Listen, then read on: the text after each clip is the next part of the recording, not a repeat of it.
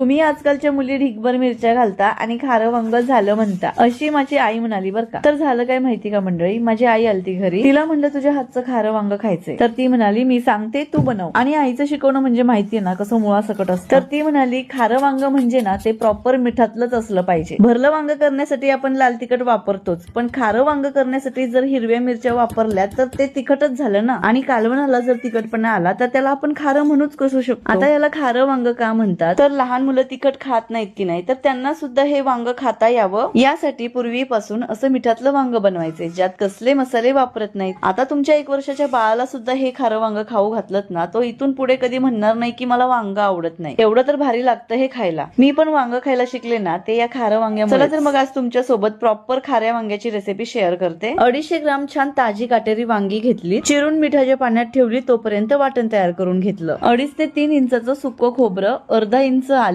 भाजलेले शेंगदाणे थोडी जास्त वापरायचे, लसूण आणि भरपूर कोथिंबीर यांचं एकत्र वाटण तयार करायचं. आता म्हणलं खारं वांग आज आपण जुन्या पद्धतीने करतोय, तर मग खलबत्त्यातच हे वाटण मी कुटून घेतलं. तुम्ही हवं तर मिक्सरला आबडधोबड वाटण करून घेऊ शकता, पण पाट्या वरवंट्याची चव मिक्सरला कुठे. आता वाटण मध्ये चमचाभर तेल घातलं, सगळ्या वांग्यांना मीठ चोळून घेतलं, ते वाटण वांग्यामध्ये चांगलं भरून घेतलं. फोडणीसाठी 2 चमचे तेल घेतलं, त्यात हिंग कडीपत्त्याची फोडणी घातली, त्यात वांगी सोडली आणि न हलवता मिनिटभर तशीच ठेवली. त्यानंतर वांगी उलटून दुसरी बाजू सुद्धा अशीच भाजून घेतली. त्यानंतर थोड्याशा पाण्यामध्ये वांगी 70-80% शिजवून घेतली. आता जितका रस्सा बनवायचा त्यानुसार पाणी घातलं आणि वांगी देठा सकट मस्त शिजवून घेतली. आणि या भाजीला नेहमीच्या भाजीपेक्षा थोडी खारी चव असली पाहिजे, म्हणजेच मीठ थोडंसं जास्त टाकायचंय. तयार झालं आपलं खारं वांग. याला मीठ वांग सुद्धा म्हणतात आणि ही आहे खारं वांग्याची प्रॉपर रेसिपी.